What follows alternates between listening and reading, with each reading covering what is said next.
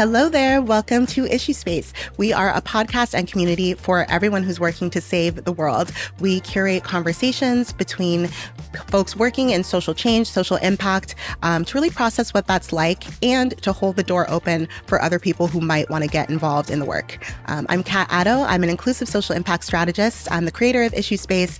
And when I was looking to get into social impact, I felt very alone and very confused about where to begin. And so these conversations offer a window into what are the choices and the dynamics and just the days really like when you choose this career path, and how can we make it possible for more of us to get involved. Thank you for being here. And if you want to know more about us, you can check us out at issuespacemedia.com. This episode of the Issue Space podcast is called Affinity and Beyond, the identity politics of impact work. So I don't know if you have been following along our conversations in this space, you have probably realized that I don't think a single conversation goes by where personal identity is not brought up and not featured heavily. And in my experience, that's true of the space writ large. I think it is intuitive. The oppressions, the injustices, the targeting that we face, even the who experiences things that seem natural, like the impacts of climate change, natural disasters, none of that is happening agnostic of identity.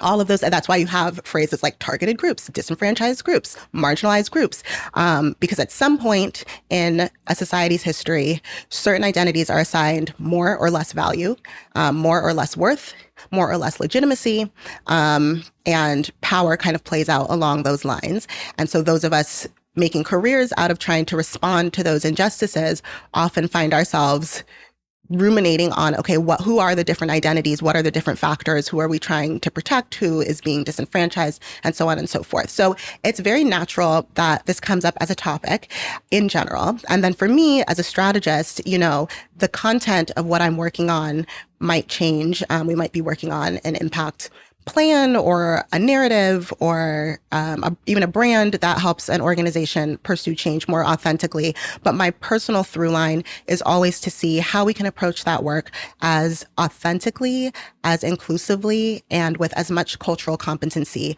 as possible. So that also trades very heavily on the idea of identity. And then, of course, this space is about us, the workers, right? The people who show up, whose 9-to-5s or other manifestations of a career, a calling, revolve around pursuing positive change. And none of us are coming into this space identity-less, of course, obviously. We're all bringing our experiences and our worldviews and how we're treated by society with us. And so I'm always consciously, subconsciously always thinking about the role of identity and impact work. And over the past couple years, I've really become interested in taking kind of a critical eye to work that I've done and work that goes on in the space about, are there ways to do this that is more or less helpful? Something that we've talked about before is this idea of having to be rooted in your values. So if you're coming into a space saying, I want to pursue a progressive worldview, you have to be unapologetic in that. You have to root yourself in that and apply that lens and that ambition to the work that you're doing. And so I certainly wouldn't recommend that anyone sort of shift their worldview with the cultural tides. But at the same time, as a strategist, I am trained to take in feedback. I am trained to look critically at what is landing, what is not landing, what pushback is unavoidable and to be expected and not really relevant to the work and the mission and the vision that we're trying to pursue, those of us who want to make the world a more inclusive and safe place, and what is a disconnect that we could approach differently. So I've just been super curious about when we say we're going to work, or not even say, but just when it is true that identity is a feature of our work, how can we do justice to that fact and make sure we're doing the most effective work possible? So I wanted to fashion a conversation where we could learn from three very strong, powerful minds and voices whose work features personal identity very strongly. So I'll introduce you to the voices that you are going to hear today. and then we'll get into some conversation. So our first guest, you might know her name, is Paula Mendoza. Paula is a filmmaker. She's an artist. She's an author. She's an activist. She's made a number of culturally significant films that center on things like child welfare, the immigration experience, what it's like to live through the impacts of climate change and a natural disaster. She has used art as activism throughout her career. One of the exhibitions that caught my eye is one featured in the National Civil Rights Museum with children holding up signs saying, "I am a child," fashioned after those iconic "I am a man" posters that are kind of like canonized from the civil rights movement here in the United States. And Paula is the co-writer of Solis, which is, I always like trip before I say dystopian because it feel like that. I feel like that makes it feel like it's a fantasy, but I actually feel like the issues are quite imminent. So like a near future fiction about the lived experience of being an undocumented immigrant, and using sort of a fictional context to bring to life the very real dynamics. And it's actually a companion piece to another book in the series called Sanctuary. And Paula, I first of all, thank you for being here. Welcome to the space. I'm so happy to have you. Thank you for having me. I'm excited to dig in and chat and hopefully be inspired by the end. Paula, so you can hear in her work, if you didn't know it already, Paula's work kind of orbits around the lived experience that certain identity groups walk every single day. So I'm excited to get into that. We're also joined by Dr. Wanjiro Kamau Rutenberg. Dr. Wanjiro is a scholar and an accomplished gender equity advocate. She's the founder and executive director of Black Women in Executive Leadership, or Be Well, a senior fellow at the Ford Foundation. And prior to that, Dr. Wanjiro was the director of African Women in Agricultural Research and Development, or AWARD, based in Nairobi. She is the founder and past executive director of Akili Dada. I hope I'm pronouncing that correctly. A leadership incubator for girls in Africa, working towards the mission to have more women represented in leadership in African countries. She has an honorary doctorate from Whitman College, recognizing her work in activism towards gender equity. She's taught on the subjects of politics and identity and gender. And so, Dr. Wanjiro, thank you so much for being here. Thank you so much for having me. It is such a pleasure. And to our community, you can hear as well another instance where this is a portfolio where identity and lived experience are really at the forefront. So we'll have plenty to learn from these intentional decisions about how that manifests. And then the final voice you will hear, besides my little yapper, is Alistair Stevenson. Alistair is a strategist in the social impact space and a builder of progressive institutions, working to make sure that the infrastructure and the teams are all healthy to recognize the change that is needed. Alistair is the Chief Strategy and Impact Officer at the National Domestic Workers Alliance and a Reimagining America Fellow at the Roosevelt Institute, as well as a fellow at the CUNY School of Labor. And prior to this, Alistair was chief of staff at AB Partners, an agency working on social change initiatives, a digital strategist at the ACLU, and a lecturer at Wayne State University. You guys are like the fanciest panel yet. So I'm like sweating, trying to make sure I get everybody's flowers appropriately. But Alistair, thank you. Thank you for joining. I'm so happy to include your voice. Yeah, thank you so much for having me. I'm excited to dig into. Thank you. And I'm excited to learn more from you. I would imagine that working at the National Domestic Workers Alliance, where there is an undertone of who we're talking about when we talk about domestic workers in the United States, what those demographics are, that don't necessarily map to your own. There are, again, a lot of intentional decisions to make about how you show up, what you center in the work, what you bring of yourself. So I think we'll have a wonderful conversation. And I just want to hold space, as I always do. I have given sort of a highlights, greatest hits of our guests' professional selves, but I always like to invite the folks on the line in the room, so to speak, to share any aspects of who they are as a person, the life that they've lived, the path that they've walked, to help us better get to know the full individual coming to the work. So Paula, if you feel comfortable, if there's anything you'd like to add about your story, I welcome you. I think it's really important for me to frame the type of work that I do, which is storytelling at the end of the day from my personal experience as an immigrant growing up in this country. I came to the United States when I was 3 years old, and I came with my mother and my brother. And we were coming to be reunited with my father, who had arrived before we came. And we were the first in our family to immigrate. We had no family here. We didn't speak English. And we came to Los Angeles. And a few months after we arrived, my father told my mother that he was going to work and he never came back. He abandoned us.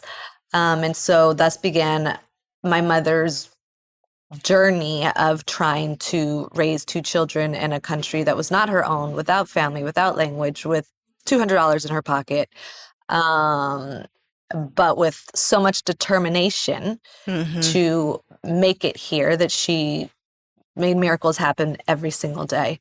And what I saw as a young person, and really throughout pretty much the entirety of my adult life, I would say maybe into my 20s, or no, adult life, is there was no stories of my mother and the women whom I grew up with. And these women were extraordinary. My mother's strength is beyond measure. Her tenacity is, foundational to what this country is. And there are millions and millions of women like her and immigrants like her who had done similar journeys and really were just erased from the story of this country.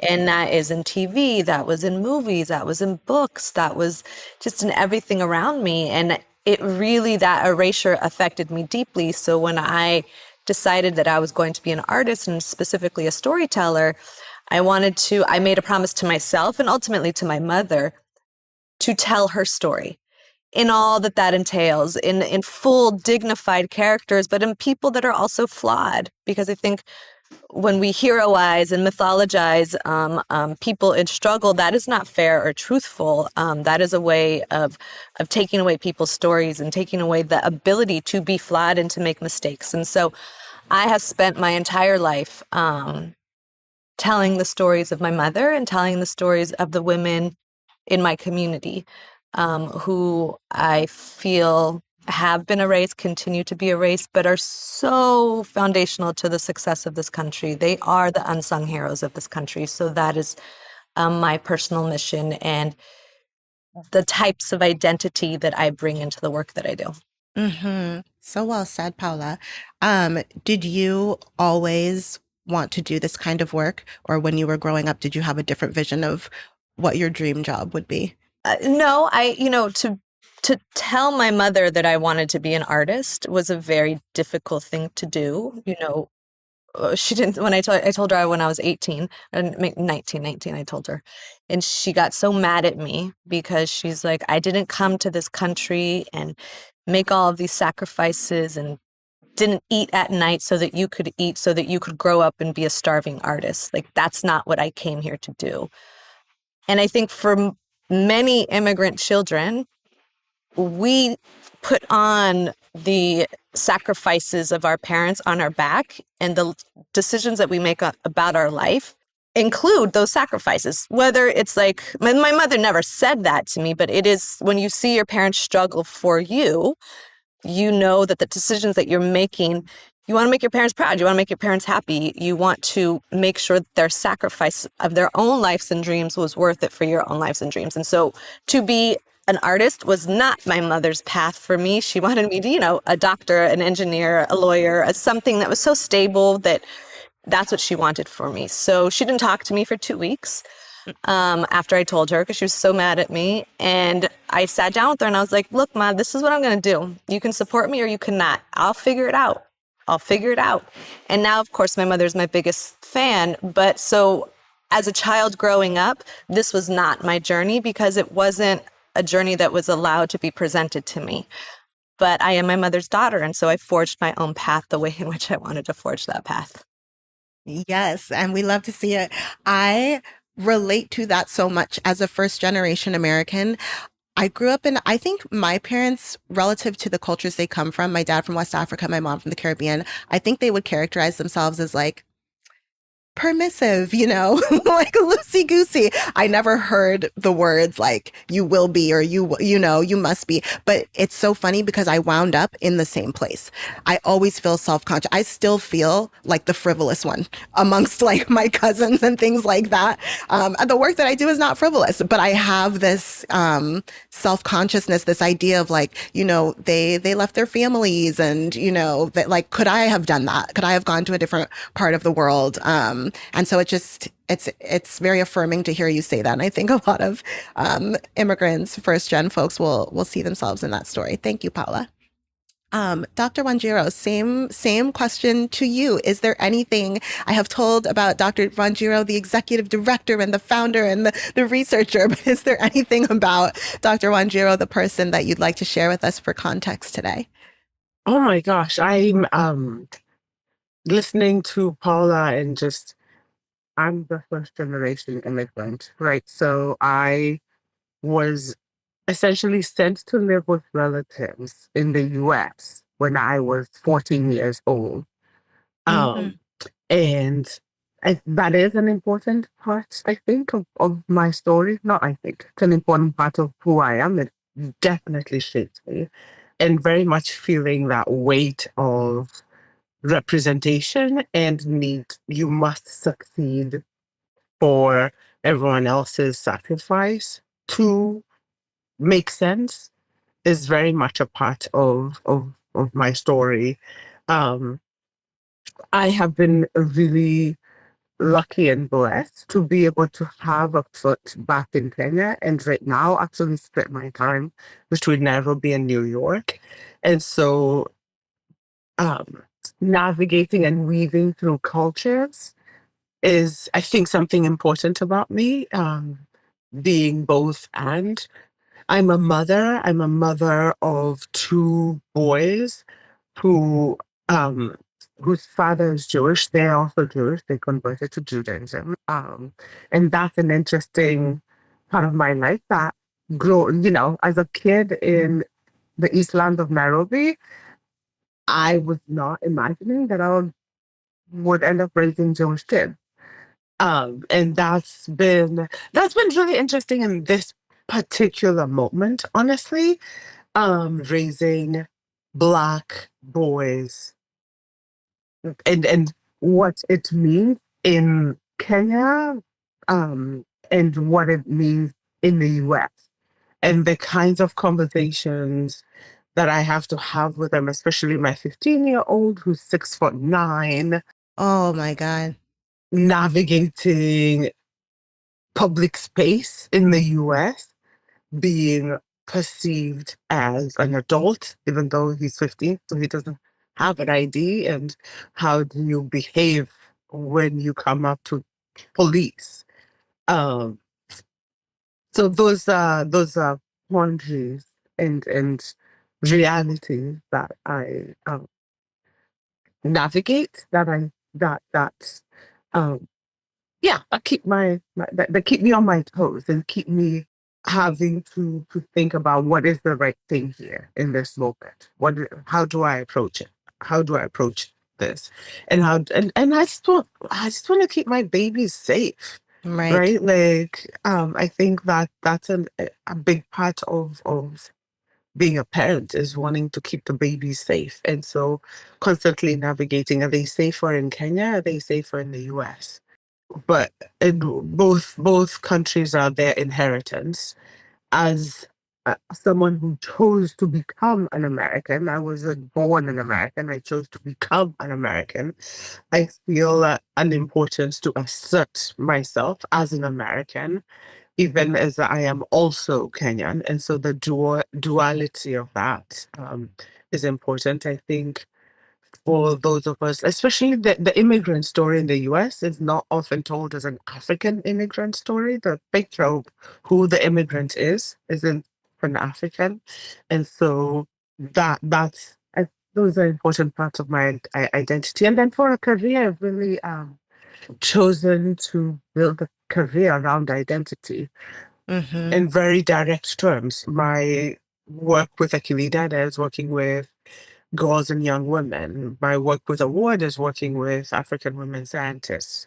My work with Be Well is working with Black women in executive leadership. And so my impact career is very much built around identity. Absolutely. Thank you for sharing. And I just, oh, my stomach is clenching thinking about just the motherhood aspect of your story. Yeah. I was ready to, like, I knew I would be raising Black children. Right. I wasn't ready to help them deal with anti-Semitism, Mm, which has flared up.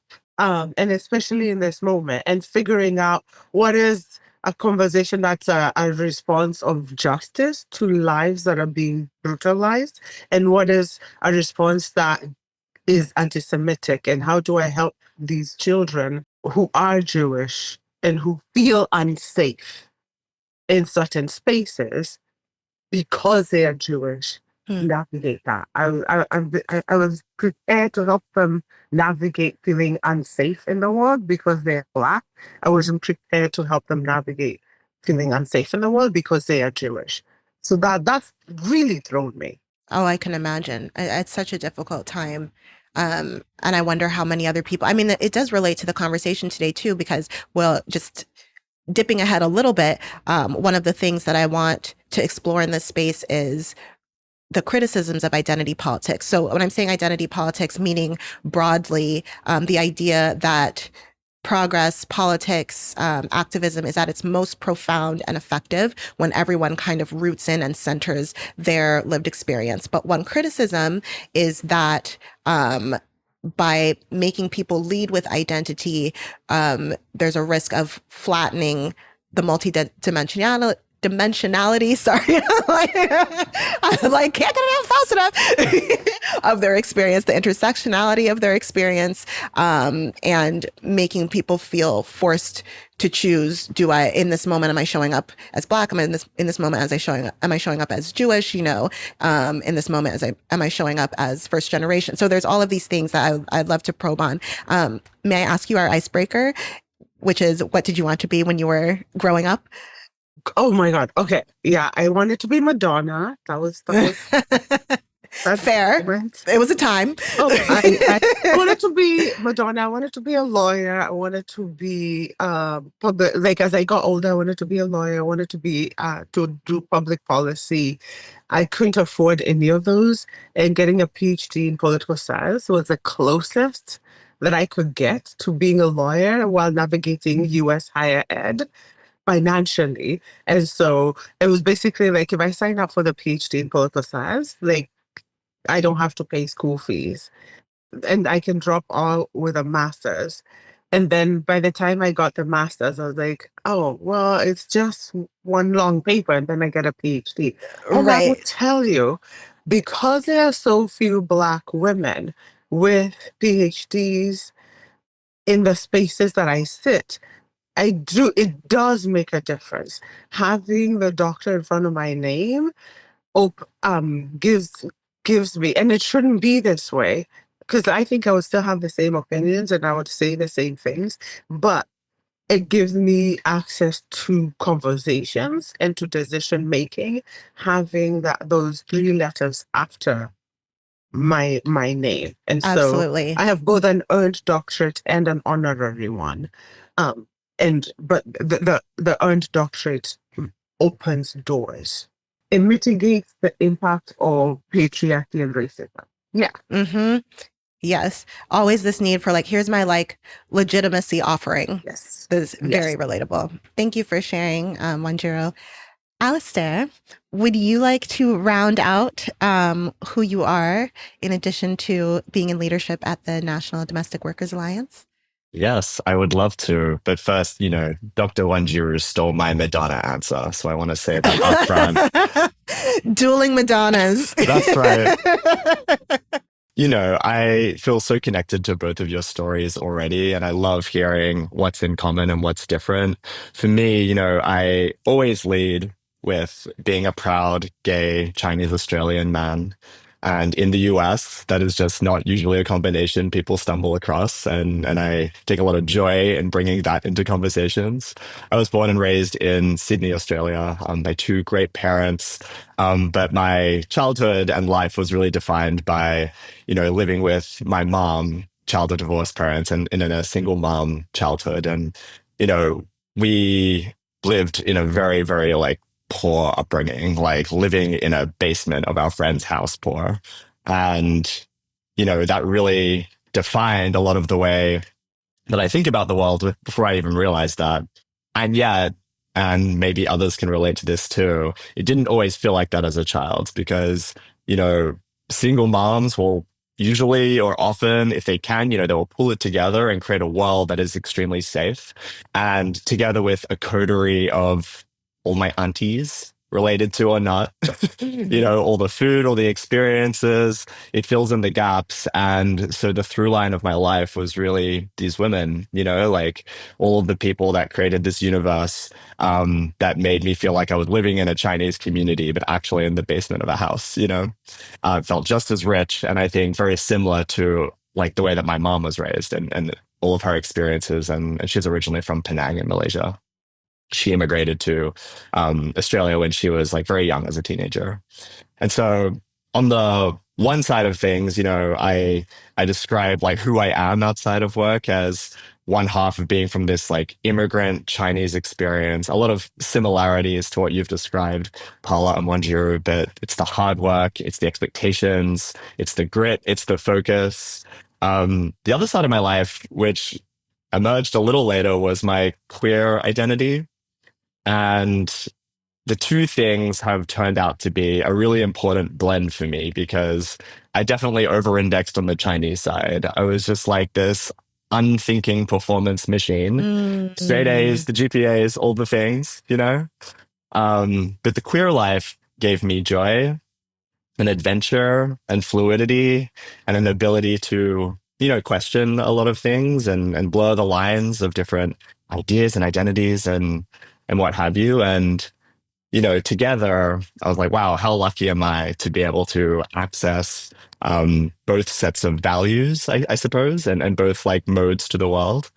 But the thing that they have in common is that, at least from my experience with like Chinese and immigrant folks and also queer folks, is if you cross them, they will pick a fight with you. They will like, make sure that they know that like what is up. And, I think together, like a lot of the influences in my life, they kind of lit a big fire in me. And it was really like a lot of those influences that brought me into movement work. I had a similar journey to a lot of activists, which is like through your family and then maybe in college or around that age, there was a particular influence or a particular march or experience that sort of changed everything for you. And it was really like the women and the queer people around that time that was like, actually, this is what your life is going to be about, whether you realize it yet or not. And so, yeah, that's a bit about where I came from originally. And, it's led professionally through a pretty windy career as I sort of navigated what I thought I should be doing versus what I wanted to do. Very real. And it eventually brought me to the US. Yeah. Wonderful. So is Madonna your answer? That's what you wanted to be? It's partly Madonna. My real answer is also Wanjiru's, which is I wanted to be a lawyer, like from a very young age. And I think about that now. I was like, was it so baked in with my parents' expectations that it kind of became my answer? But I was thinking about this, and I think, there was always a draw there in that I saw like the lawyers on TV and the lawyers around. And I was like, I think these people with the fire in them who like to argue with others and like win the fight, that feels like me actually. Mm-hmm. And the sort of irony of all of that is that I ended up, with the blessing of Australian higher education that charges you less than nothing or like very little to go to these prestigious institutions. I got my Juris Doctor and I was on the verge of becoming a practicing lawyer before I decided that it was too stuffy for me. And so, okay, yeah, yeah. Then I changed it all. Totally relate to that. I remember telling a friend that like I'm going to go to law school. I need to like more like viciously and directly advocate, and literally like a deadpan face, like it's not mostly that part. It's like, calm down. I don't think you're a culture fit. Like, but I do understand the heart and the spirit and the fire of it. Thank you all so much for sharing that. I'm curious, just to like set a baseline. I am curious about how you arrived where you did with identity in your work. Paula talked about it a bit already. You all have touched on it a bit already. But I'm trying to get at like a working thesis. Do my background question for all of these conversations in that kind of relate to identity and impact work is, can you even pursue impact work outside of a conversation about identity? Does it, so let me, I kind of shared like what the intent or what the belief around identity politics is, that the profundity comes from leaning into lived identity experience. And some of the reasons that that is supposed to be is because the argument is that identity politics create a framework for solidarity for people who are otherwise usually disempowered to come together. It creates a framework for naming really specific needs in a way that you just might not get to if you're trying to go to a mass cross-section of a lot of different experiences. And it's a way of forcing the kind of like default or control scenario of a given ethnicity or just like the resting dominant. It's meant to like subvert that because you're going to insert other experiences. And we're not going to have this unspoken thing where we're not going to say, for example, in this country, white and Christian, and straight, and able-bodied, but that's what we mean. So those are some of the reasons that identity politics has been embraced since the 1970s. And I think that's when the phrase came out, but I think arguably since the 1960s and before. Some of the criticisms are that it can be divisive in a time when we need to be working in coalition. We need to be showing people what they have in common and showing people a vision of change that accounts for many different experiences and different needs, that it can, whether intentionally or not, enforce a sense of conformity, because now if we're representing group A, we need to have a consistent message as group A, which can kind of paradoxically stamp out where some of those experiences might not be the same. We're still individuals. There's no two identical experiences, even though there are very strong through lines, as we've even just seen in this conversation so far. There's a criticism that it can, and this one sounds like I feel like I know where it's coming from, but there is a criticism that it can encourage a mentality of victimhood, of leading with how your identity has been marginalized rather than a solutions focus. And there is a criticism that it risks encouraging tokenism by the powers that be, because if you're edging towards being reductive and being like, okay, I'm group A, I represent the type of person in group A and the story in group A, then a powerful actor would be like, okay, I just need someone from group A, and it kind of stays in the superficial space. So that's kind of some of both sides of what people have said on this topic. Paula, I know your drive comes from, regardless of whatever anyone's saying, this is the truth. These are true stories. These are true lives lived. And there seems to be a very unwavering and unapologetic and really inspired leaning into leading with identity as a means of changing hearts and minds, to put it in a little slogan-y way. But I'm curious for you, and then for Dr. Wanjiro as well, you have similarly put a stake in the ground and said, like, I'm pursuing this work specifically on behalf of and through the lens of these lived identities. I'd love to know how you arrived there. Was it organic and something you didn't even have to think about? Was it something that you felt you had to take on? Is it something that you draw from yourself to do, from your own lived experience? And then in contrast, once we share those, I would love to hear from Alistair, because you are the foil in this scenario, in that most of the people that you're representing through the National Domestic Workers Alliance are women. They are women of color. You have that of color in common. They have immigrant stories or undocumented stories. You have immigration in common. But, on its face, you are not the face that folks are expecting to see when they think about that population. And so I see a different kind of intentional choice making on your end. But I'd love to just start there. If Paula, if you have any thoughts on that. I have lots of thoughts. So first, I'll just say the criticism of what you were talking about in a nutshell about identity politics, which to me is just like who I am. So I don't see it or identify it as identity politics. It is who I am. The criticisms around that in a nutshell, I'm just going to say is bullshit, regardless of my thoughts around that. I'm just not going to go too deeply into the criticism because at the end of the day, I think it's 2024, the end of 2024. Historically, the majority of our time in humanity has probably since colonial time has been spent, if we're talking about Western United States experience, has been spent agreeing to and accepting the fact that the dominant culture, the dominant narrative, the dominant experience is that of white, male, straight men. And we have failed. I believe that we have failed as a country currently.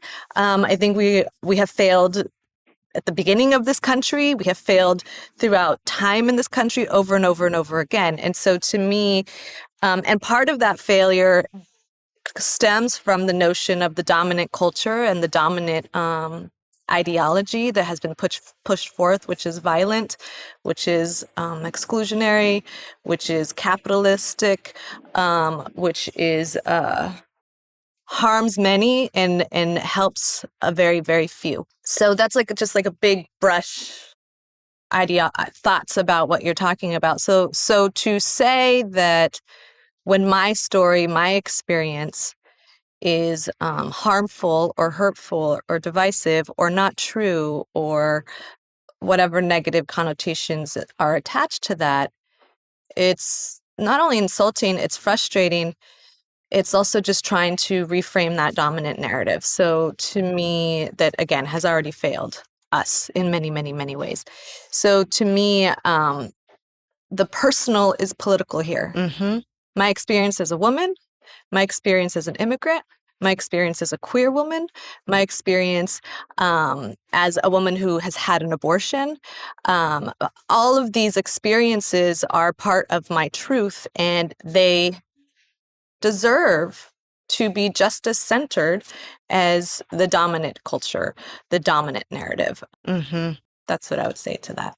Dr. Wanjira, I'm curious what comes up for you when you hear those kinds of accounts and contrast them to your own, the choices that you've made in your career.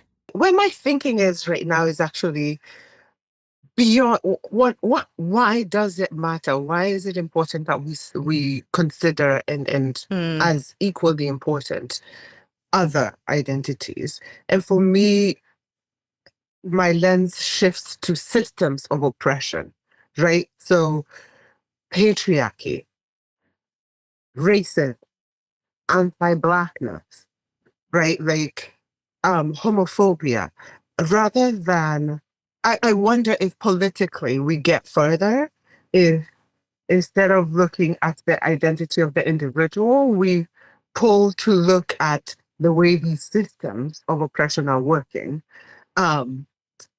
Because it then also pulls us away from a race to I am the most oppressed because I have the most intersecting oppressed identities into these systems suck.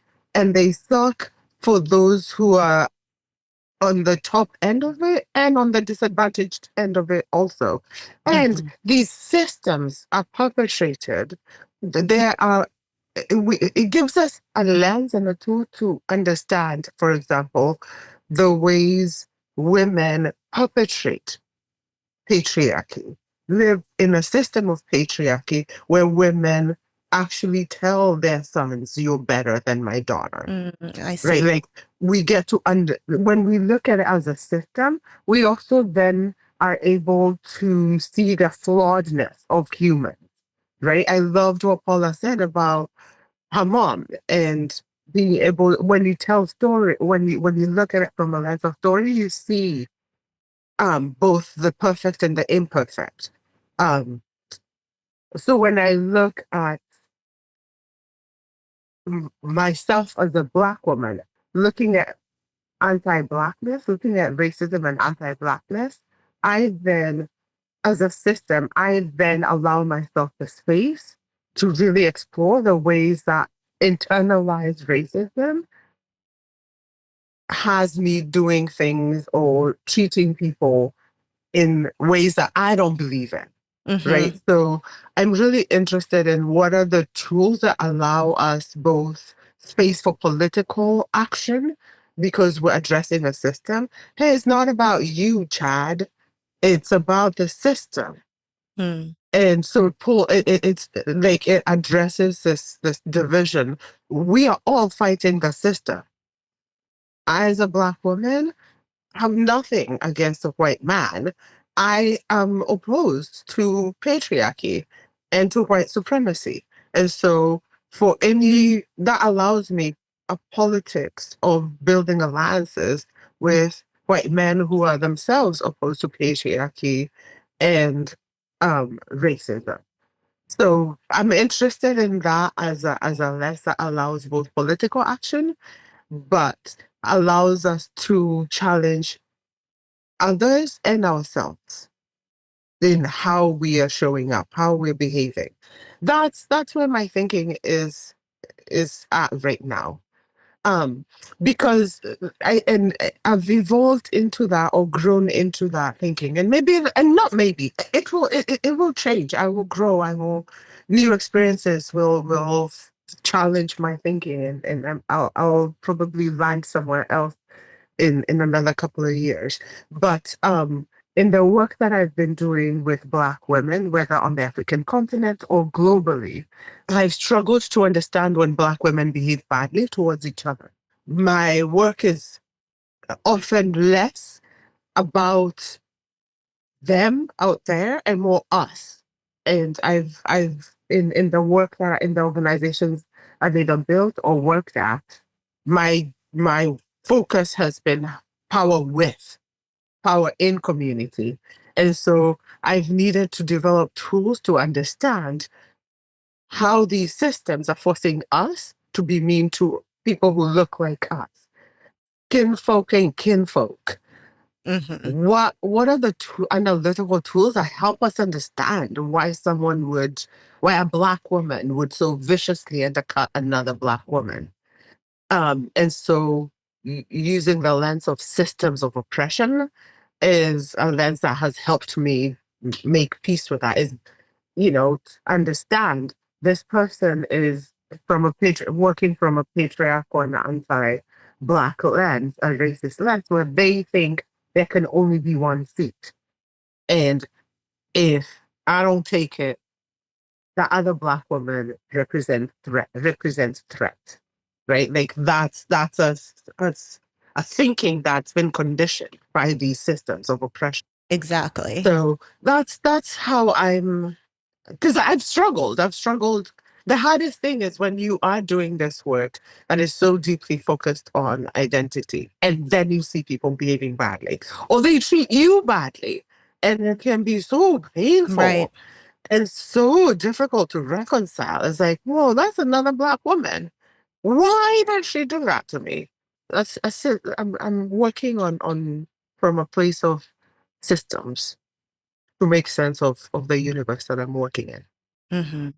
I do appreciate the sort of, first of all, I appreciate your background note that like all of your thinking is evolving, because I feel similarly. I feel that the deeper I've gotten into this work, perhaps paradoxically, or at least unexpectedly to me, the less stringent I've become, not in terms of my values, but just in terms of seeing certain things in black and white terms. I might see the ethics in black and white terms, but just as you're talking about right now, today, the women that I'm supporting are living in the system that we despise, that isn't fair, that isn't right, but we're living in it. It's shaping our behaviors to an extent. It's shaping our beliefs. It's shaping our perceptions of one another.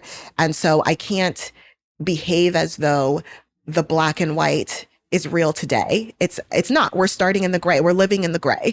But I sometimes have felt working in this space that, just depending on the rooms that I'm in, there can be an intolerance of that reality, or there can be a fear that if you're acknowledging that there is sometimes hypocrisy or, sometimes not perfect alignment between the vision of tomorrow and what's happening today, that you are no longer a believer in the vision of tomorrow. And that becomes stressful because there's been, and this has come up in a few of our conversations in this series as well, the more the intolerance, we started the past, like, I don't know, maybe 10 or 12 years. I'm just counting the kind of current era, this chapter of like digital communications, advocacy, both professional advocacy and just grassroots, and or organic engagement on really hairy topics like this. I think there's been a good job at raising the level of intolerance for, as Paula said, the bullshit, and for mistreatment and for injustice. But we are not immune to that intolerance as the practitioners. And so I feel sometimes that for those who are a little bit less willing to embrace the fact that there are paradoxes and we still have to deal with what's happening today, even as we work towards the vision of tomorrow, it becomes like a little claustrophobic. Like, I don't know what to tell you. Like, we're all here because we acknowledge there's a problem, but you don't want me to behave as though there's currently a problem, or you don't want me to make allowances for us to be kind of sorting through the problems. So I really appreciate the spirit that you're bringing. In my personal life, I've had things that have surprised myself as well. I'm kind of like, I wasn't a little girl who was like, this is like exactly who I'm going to marry and blah, blah, blah, blah, blah. But in my story, as it turns out, I ended up marrying a very close friend, who was a white man, and our values aligns, his allyship is on point, but surprise. And, and I've never been more into like, here's all the problematic things about like, race and racial dynamics. And I have a self-consciousness about that, not because I'm not proud of my family, but because I do wonder, like, is there a tolerance level to accept that I could be 100% about my values and 100% about my advocacy and 100% about defending the worthiness and dignity of Black people and love a white person, I sometimes feel self-conscious that it's not going to be welcome. So a lot of what you're saying was just resonating. And I've noticed as well with your note on talking about systems, and you've found that to be an aid to you in the work that you do. I feel similarly that in my work, I kind of toggle between like what is a humanizing anecdote or story, but also how do we always bring it back to the fact that these are forces outside of us, that can create a little bit more allowance. In theory, it should, I don't think it's worked exceedingly well, but like at scale, but in theory, talking about systems, you would think it would take a little bit of pressure off of individual incrimination outside of cases where there should be nothing but individual incrimination.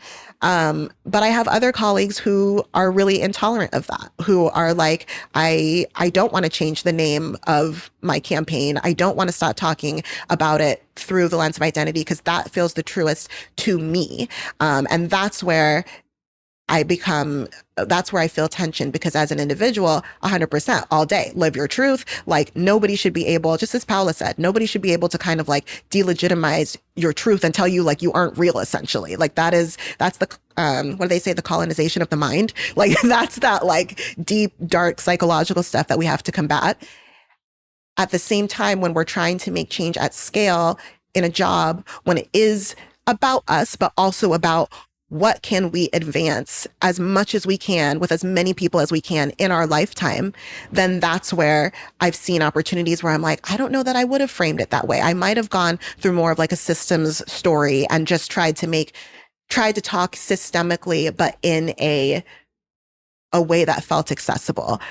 So I'm just basically resonating with a lot of the things that you're saying and a lot of the tricky, like I feel like my brain is in a knot, the kinds of things that we often encounter in this work. Alistair, would you share with us so again, you're coming from a slightly different angle. You're not necessarily walking a walk that's super similar to the communities that you represent in your organization, but how do you think about your own identity and leading with identity in that work?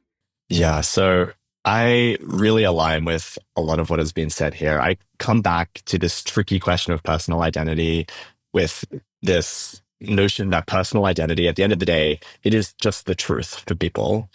I think like where we get mixed up is when we try and conflate it with all of these, with all of the strategies, with all of the tactics, with the be all and end all of like the campaigns and everything that you named here. And so I think personal identity is a tool for people to know themselves, to know their histories, to know their stories, and use it as a tool to understand other people and organize together. But we know that, it is necessary but not sufficient to like win the entire thing. There are all sorts of bigger pieces when jury names like systems change. Absolutely. It's like there are bigger things that we need to consider as well. And like, I live this because, yes, as you said, I work for and advocate for a group of people, a group of workers who don't share my identity all the way. And so my work at the National Domestic Workers Alliance is to represent domestic workers and caregivers who are majority women, and a large section of that are women of color and a lot of immigrant women as well, who form the cornerstone of the US economy. We like to say that without this work, no other work is possible. And it's a lot of nannies, cleaners, home care workers. And, it's impossible to talk about the care and the caregiving that they provide without talking about how it is essentially gendered and racialized. This work has its history traced all the way back to slavery and enslaved Black folks who, especially Black women, did domestic work for free. And there is no way to talk about what others frame as an economic issue without making it about this history. It's impossible. And so in that sense, the work of the issue, the work of domestic work and our organization's work, it is identity politics. It is about personal identity, period.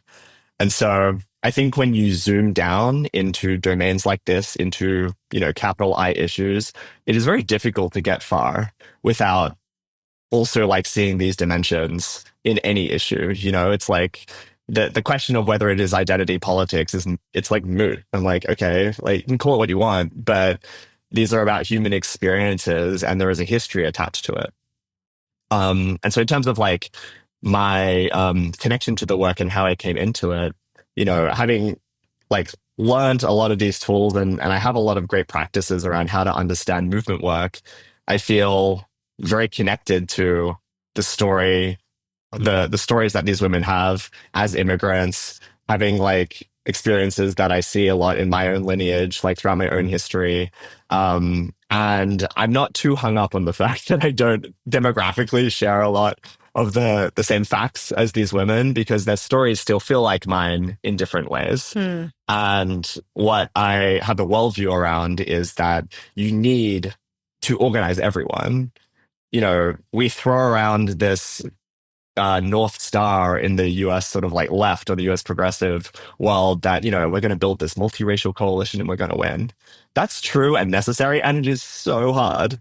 Like, even within our organization, which is Black women, brown women, Asian women, Latinas, like everyone, we have to do so much work internally and with the base just to make sure that we're aligned, that's within the organization, let alone moving with other labor movements or other women's movements, what have you. And so all this to say, like the personal identity it's so important for folks to be able to accept that it is like necessary to the work. And then we can use it as a tool to connect with other people. And it's just like ongoing maintenance and building. Like that's how I kind of view it.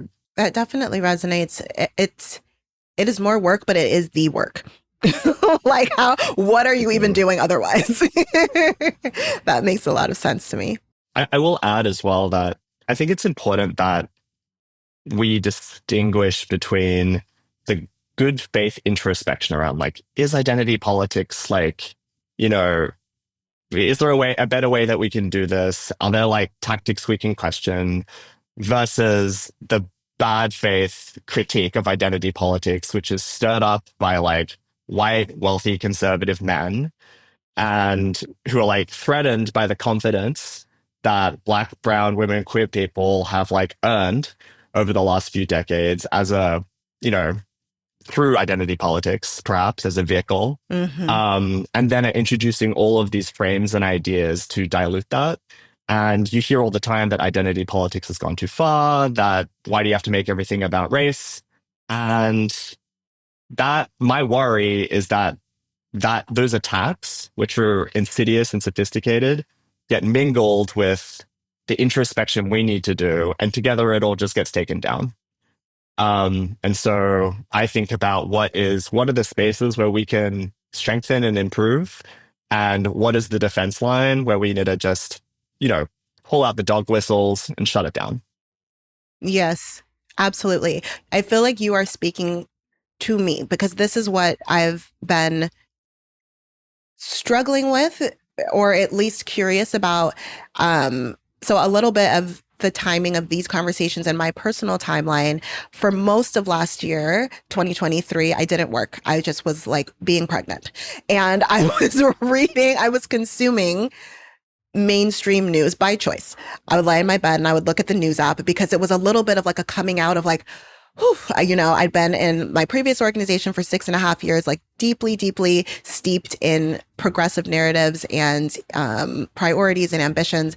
And I kind of was just curious, like outside of what I might research for an individual project, what are the narratives that are swirling around? And seeing that's what kind of got my wheels turning about, okay, it's obvious what the intent is, just as you're saying, the intent is to undermine, the intent is to delegitimize, but also I'm always with this curiosity of like, why is it working? Or why, are we creating too many opportunities to do that? Because I think it is so distracting and derailing, and it might just be the era that we're in. But, as somebody who works at kind of like a mass communications level, more of a systems level, it just feels impossible to advance any healthy idea because the tactic is to distract and delegitimize. And so my idea about what strategically needs to happen is, to Wanjiro's point, kind of evolving. And it is not evolving towards abandon everything we stand for and toss our stories to the wind and make people feel like we don't have their individual and collective interests in mind. But it is this question of how much more vulnerable have we made ourselves in a moment where it feels emotionally, now I'm mixing my personal and professional, it feels like we can't afford any more vulnerability. It feels like we're hanging on by a thread to our rights, to our progress. And I am speaking broadly to progressives. We had a conversation in episode 1 about the fact that you don't have to necessarily be the biggest progressive card carrying like radical person, but if you are in this space, more often than not, the work that you're pursuing aligns with progressive values. So there is a bit of that like us and them dynamic. But I appreciate your check, basically, Alistair, of like, what's useful, filter out the rest. I think it's an important reminder right now. One final question before we start to wind down, because each of you is carrying this work. Like, so Paula, I perceive you, tell me if it feels this way or not, but I perceive you as the most independent actor in this particular conversation, in terms of you make the decisions that you want to make. You tell the stories that you want to tell, that you have seen through your artist lens, that you can recreate in a way that's going to be compelling to people. Whereas Wanjiru, I see you somewhere in the middle. You definitely are an architect of your lane, and also working in partnership with other institutions. And then Alistair, I see you as a very convicted individual, but fundamentally at the end of the day, working within an institution. And so across these different ways of working, if you agree with my characterizations of them, I am curious, does it feel like you have what you need to do your job of being a steward of identity in the work? Does it feel sustainable for you? Does it feel safe for you? Does it feel like we are prepared as a sector, if I use that term broadly, to create a big umbrella of every single person who gets up every day and does work to advance social change, progressive change?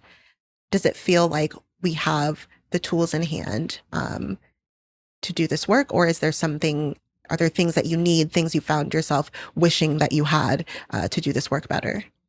This is a very tough and important question.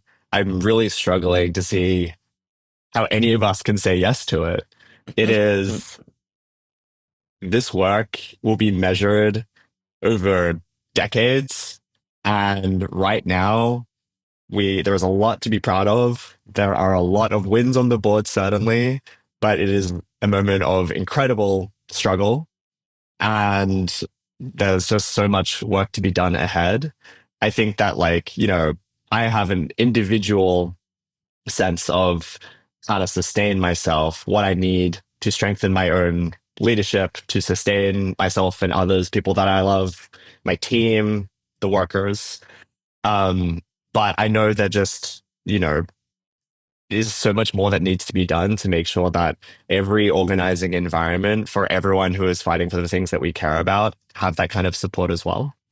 And in terms of identity and some of the concepts we've spoken about today, I think specifically what I think a lot about is how I wish that over the last decade, in this chapter that you described, Kat, where we're doing a bit more digital organizing, we're more vulnerable to social media, all the things, that we have had more coordination and capacity to politically educate all of us and hold us together with two hands so that we don't feel isolated by the countervailing forces, so that we can continuously narrate, this is what is happening with identity politics. This is how we can continue to use the tool for good.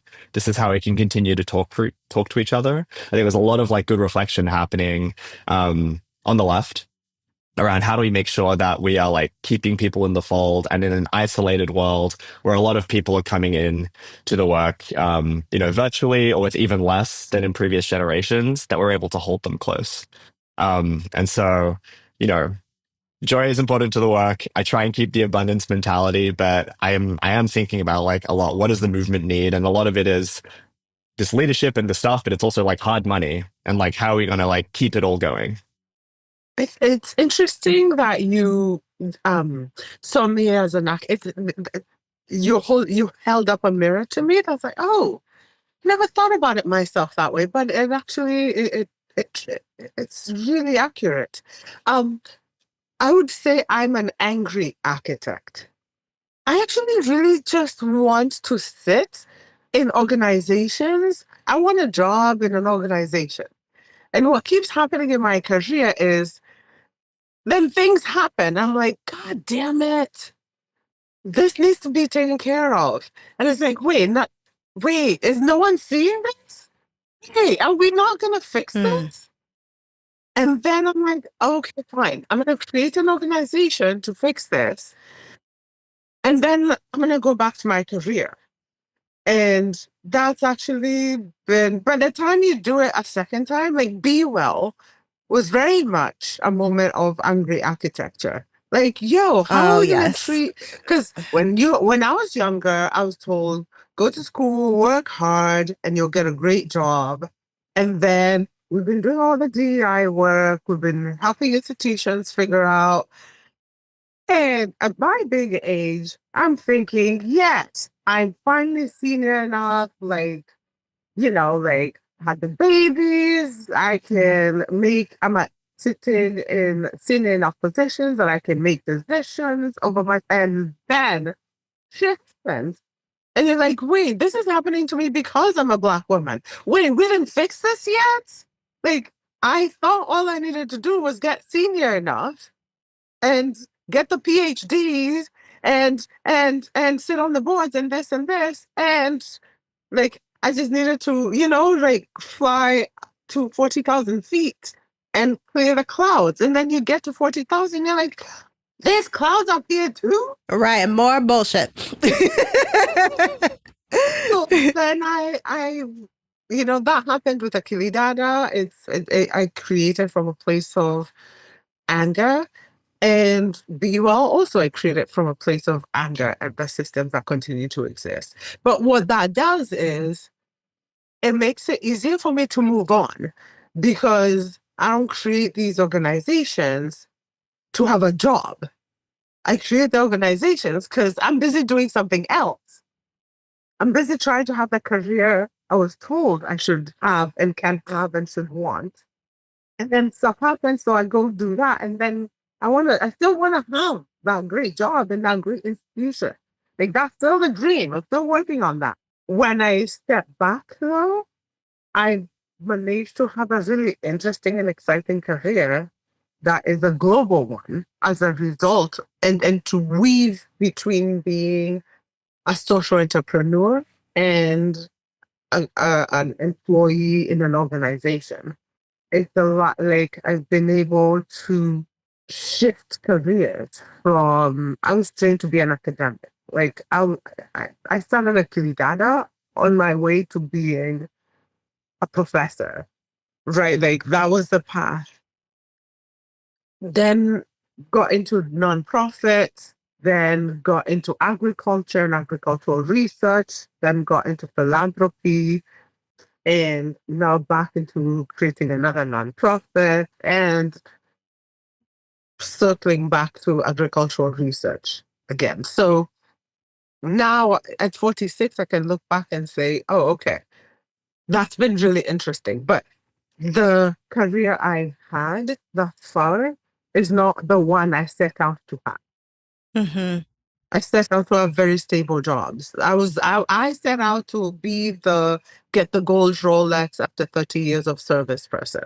I see what you're saying. And I also plus one Alistair's note about the money because I do feel that it takes more work. It takes more resources to be more inclusive. And I still feel like all these years later, there's like a kind of like surprise that we have to bake in money to facilitate that happening. So I appreciate both of those points.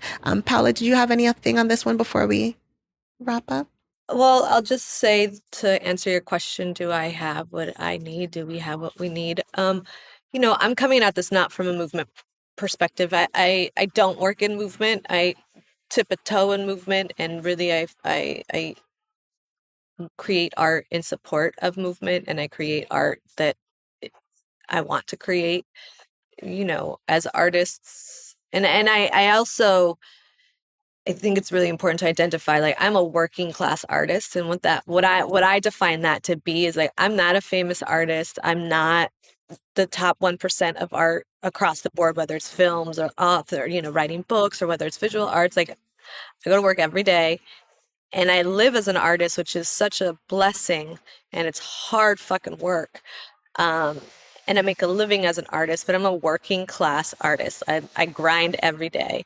And in that grinding every day, it's exhausting because this country doesn't support art. They don't support artists in general. And so we're out, many of us are out there applying for grants that are like $10,000. The big ones are $40,000, and it's like thousands of artists applying for 20 grants.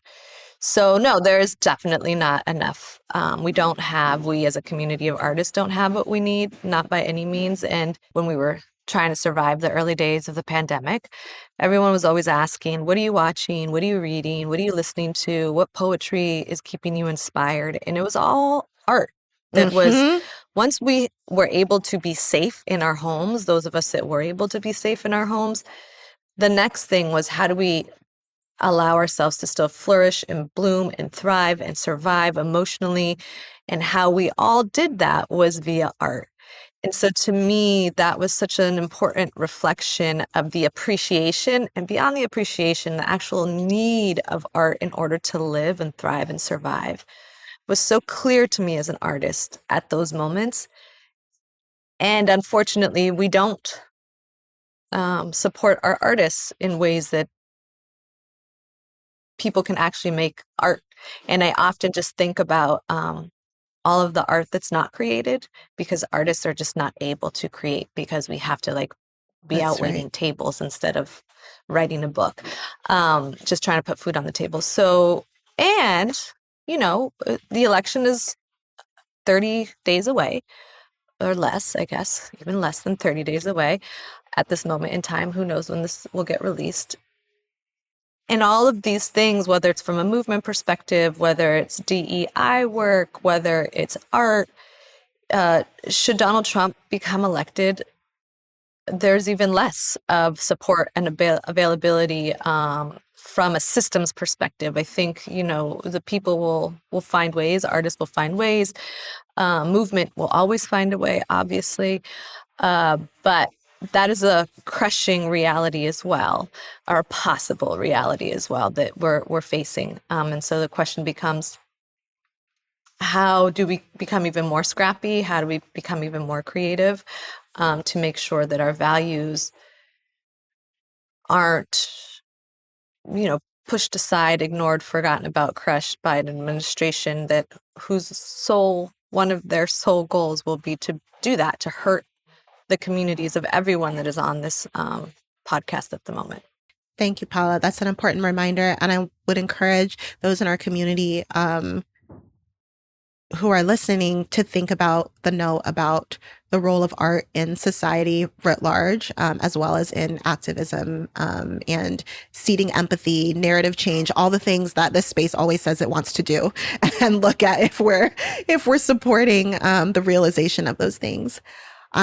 I cannot thank you enough as a group, as individuals, for making time and for offering your thoughts in what is a very kind of like work in progress. Let's see, I feel, I think, I don't know, I'm still thinking topic. But I think it's one that deserved just like a pause and assess for our community of changemakers. As we close, I have a handful of prompts. You are welcome to answer one of them, all of them, some of them, and I can repeat them as many times as you want.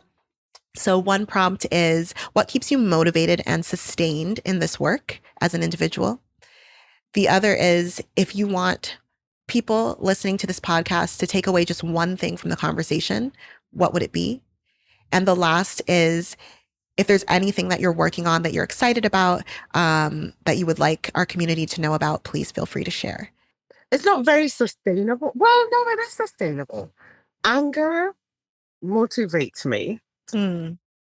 Creating organizations to dissipate as a way of dissipating my absolute anger at what happens to women and what happens to Black women and the ways patriarchy and racism work has actually been sustaining, but I am not keeping it all in. I feel that I am doing something, that I'm not a passive victim. And so I would invite your listeners to consider that as an option. Like, there is, I love what else they were saying about joy. There is both space for joy and for righteous anger. And so I would invite your listeners to consider that. What would a righteous anger look like in your impact career? What would it cause you to do? That for those of us who have gone the somewhat corporate route of change making, you don't hear that permission created very often. So thank you for bringing that into this space. And my quick plug is for Be Well, Black Women in Executive Leadership. I genuinely think it's really interesting work, bringing together Black female executives from around the world to actually analyze, compare notes on how racism and patriarchy are working together as global systems of oppression, but then more importantly, to compare those strategies, tools, and tactics and share notes on those. Because global systems of oppression require global sisterhoods, global connections to unravel. And for too long, we've been too siloed in our own countries dealing with racism and patriarchy. These systems are global and their responses need to be global. I was just gonna take the joy half of that 1-0, which is, I would love for people to come away from this conversation having absorbed all of the nuance of this issue and this debate and this topic. But I also want to just like ground listeners in how many inspiring organizations, workplaces are actually attempting to tackle and doing a great job of bringing amazing identity discourse into the workplace while also holding on to strategy, righteous anger, and like wins. Like I'm inspired every day by the richness of my own organization, and I will shout out my excellent bosses, Ai-jen Poo and Jen Stowe, who just like lead with so much love, joy, and like fierce strategy. And I look around, there's like Lucha, which is Living United for Change in Arizona. There's the Working Families Party. There's SEIU. As you named, I'm an institutionalist. That is sort of like my lane on the left. And if, there are listeners who are like, how do I get in? I have this little spark. And is there a home for me? There are a lot of places who are holding these two halves together and bringing a lot of that beautiful identity into the workplace and into the strategy. And it's excellent. I will use my shout out for the domestic workers and care movement. We are at this tipping point with what we call the care economy, which, essentially is childcare, long-term sustainable childcare for everyone, paid family leave, and elder care. And it's been an effort that has been propped up by amazing people and coalitions for decades. And we're at this point, especially in this year in the election, where it could be a reality around the corner. And it's sort of this movement that it's really coming into its momentum. And so my sort of ask of folks is to pay attention to what's happening and consider your own role as caregivers, traditional or otherwise, in your life. I will just second that. I've worked with NDWA in many, many ways and many creative projects. So yes, go find out more about NDWA and the incredible and very creative work that they have been doing for a long time. I have a lot of anger. Like I have no trouble accessing my anger. Girl, I got anger for days. So much anger, so many things to be angry about. And I know that people, and I would say particularly women, have trouble accessing that rage in many ways, but mine's a generational thing from my grandmother on down. Lots of anger there. So and this happened in 2018 really is when I started to dig deep outside of anger, because it was family separation, and I actually was working with Ai-jen on stopping family separation and Trump's horrible policies around that. And we organized marches and did creative actions and did all kinds of things. And I was also organizing, working with individual families who had been separated. And my son at the time was 5 years old. And that continues to this day to be some of the most devastating and horrible work that I've done, because it was just so unfair. And the just inability to help. Like I was on the phone with mothers who would call me sobbing, crying, begging me to help them find their children, help them get reunited with their children. And I'm a very connected person.